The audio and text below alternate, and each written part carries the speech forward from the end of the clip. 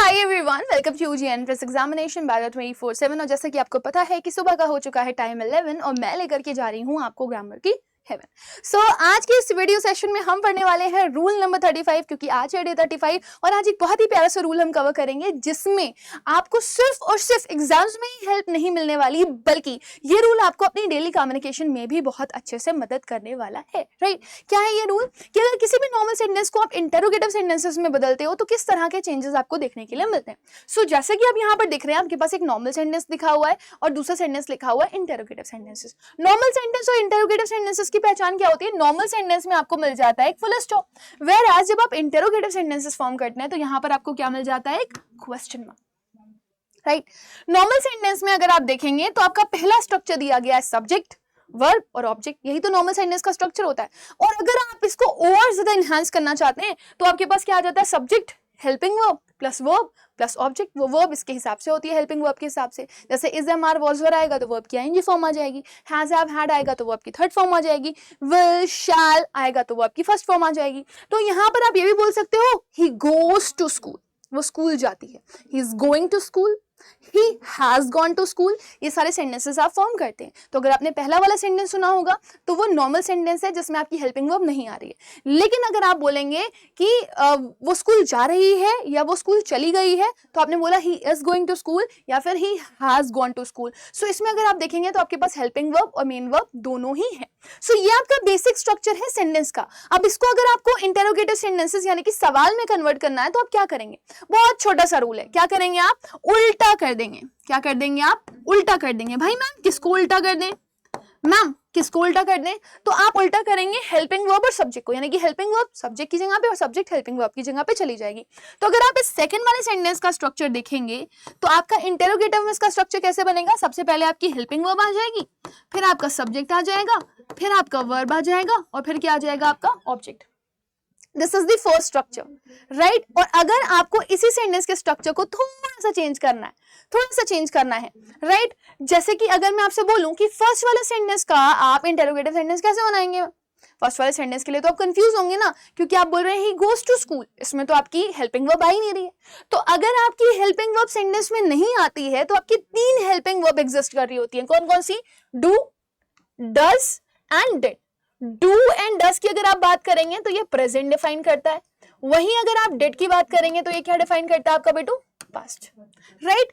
अच्छा, प्रेजेंट और पास्ट से तो आपका कंफ्यूजन क्लियर हो गया, लेकिन अभी भी प्रेजेंट में 2 आपकी वर्ब्स आ रही हैं, एक आ रही है डू और एक आ रही है डज। तो इसमें क्या डिफरेंस होता है?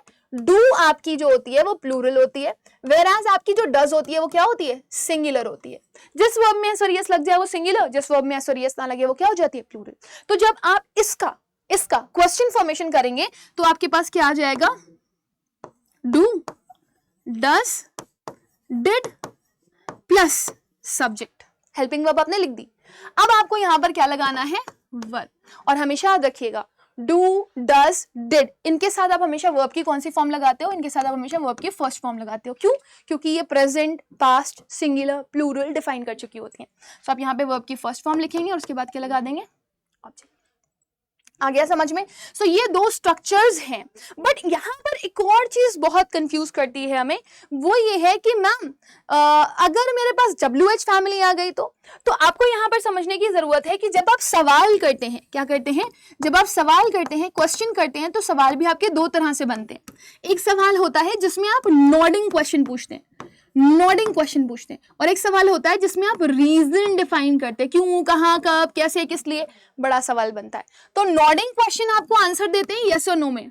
तुम ठीक हो, तुम स्कूल जाते हो, तुम पढ़ते हो, तुम खाते हो, तो बंदा हाँ या नहीं में आंसर देगा, राइट। लेकिन जब आप रीजंस पूछते हैं, कब, कहां, क्यों, कैसे, किस लिए, तो उसमें आप WH फैमिली का इस्तेमाल करते हैं। सो रिमेंबर दिस, यहाँ पर आप WH फैमिली को यूज करेंगे। सो आपको कुछ भी परेशान होने की जरूरत नहीं है। आप अगर किसी भी क्वेश्चन के फॉर्मेशन को लिख रहे हैं यहाँ पर, तो आपने हेल्पिंग वर्ब पहले लिखी है, फिर आपका सब्जेक्ट आया है, फिर आपका वर्ब आया है, फिर आपका ऑब्जेक्ट आया है। ये आपका नॉडिंग सवाल है।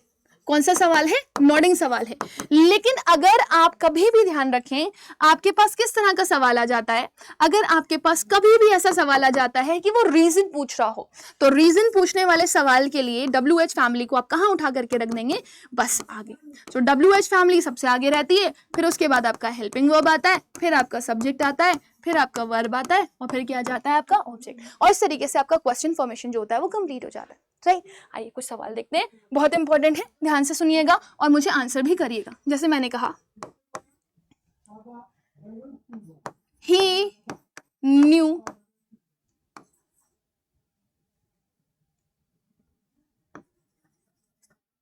why was I calling her?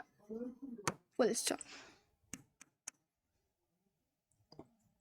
Why you are saying this? तुम ऐसा क्यों कह रही हो? है ना? अब अगर आप दोनों सेंटेंस के स्ट्रक्चर को देखेंगे तो बड़े ही प्यारे हैं। He knew, वो जानती थी, Why was I calling her? मैं उसे क्यों बुला रही थी? वो जानती थी कि मैं उसे क्यों बुला रही थी। और यहाँ पे लिखा हुआ है why you are saying this? तुम ऐसा क्यों कह रही हो? बट अगर आप दोनों सेंटेंसेस को देखेंगे, so here you are getting full stop. And अगर आप ये वाला स्ट्रक्चर देखेंगे तो here you are getting question mark. यानी कि आपको ये समझ में आ गया ये इंटरोगेटिव सेंटेंस है और आपको ये समझ में आ गया नॉर्मल सेंटेंस है ना? अब आपको पता है नॉर्मल सेंटेंस का स्ट्रक्चर क्या होता है? सब्जेक्ट पहले आता है कि हेल्पिंग वर्ब पहले आती है? तो आपको पता है सब्जेक्ट पहले आता है, हेल्पिंग वर्ब बाद में आती है। सो भले ही WH फैमिली लगी हुई हो आपका, क्योंकि ये नॉर्मल सेंटेंस है तो पहले हेल्पिंग वर्ब और बाद में सब्जेक्ट नहीं आएगा, स्ट्रक्चर गलत है। पहले आपका सब्जेक्ट आएगा, बाद में क्या आएगी? हेल्पिंग वर्ब आएगी। समझ में आ गया? दूसरा सेंटेंस लिखा हुआ है why you are saying this. Why you are saying this? हम नॉर्मल स्टेटमेंट्स भी बोल देते हैं, तुम ऐसा क्यों कह रही हो, तुम ऐसा क्यों कह रही हो, तुम ऐसा क्यों कह रही हो, why you are saying this, why you are saying this, why you are saying this, but this is wrong because this is an interrogative sentences और interrogative sentences हमेशा कहता है कि helping verb पहले आएगी और सब्जेक्ट बाद में आएगा, helping verb पहले आएगी सब्जेक्ट बाद में आएगा, helping verb first सब्जेक्ट बाद में, helping verb first सब्जेक्ट बाद में, राइट? तो अगर आप यहाँ पर देखेंगे प्रॉपर स्ट्रक्चर तो ये आपका रॉन्ग लिखा हुआ है, सब्जेक्ट पहले हेल्पिंग वर्ब बाद में, आप इसको क्या लिख देंगे? why are you?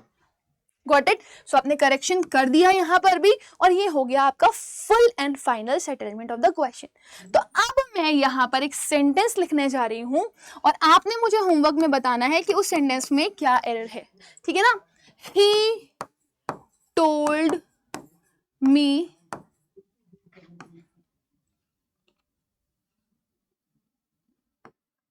where is the way to hotel. Fullest. Second,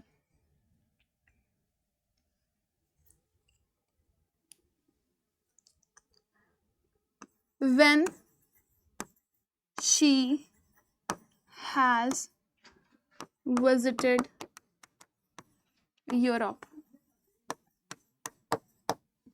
ठीक है? सो आपने मुझे बताना है इन दोनों का ही करेक्ट आंसर क्या होगा and I will be waiting for all of you. अगर आप मुझे इसका आंसर देते हैं तो मैं कोशिश करूंगी कि आपके जो भी आंसर्स होंगे उन पे एक हार्ट दे दूं अगर वो करेक्ट है तो। और आप मुझे ज़रूर बताइएगा कमेंट सेक्शन में कि आप रेगुलर बेसिस पे सेशंस को पढ़ रहे हैं कि नहीं पढ़ रहे हैं, नोट्स बना रहे हैं कि नहीं बना रहे हैं, और आपने अपने अंदर इंप्रूवमेंट नोटिस किया है कि नहीं किया, बिकॉज आज है आपका day 35। So thank you everybody, bye and take care, God bless you all.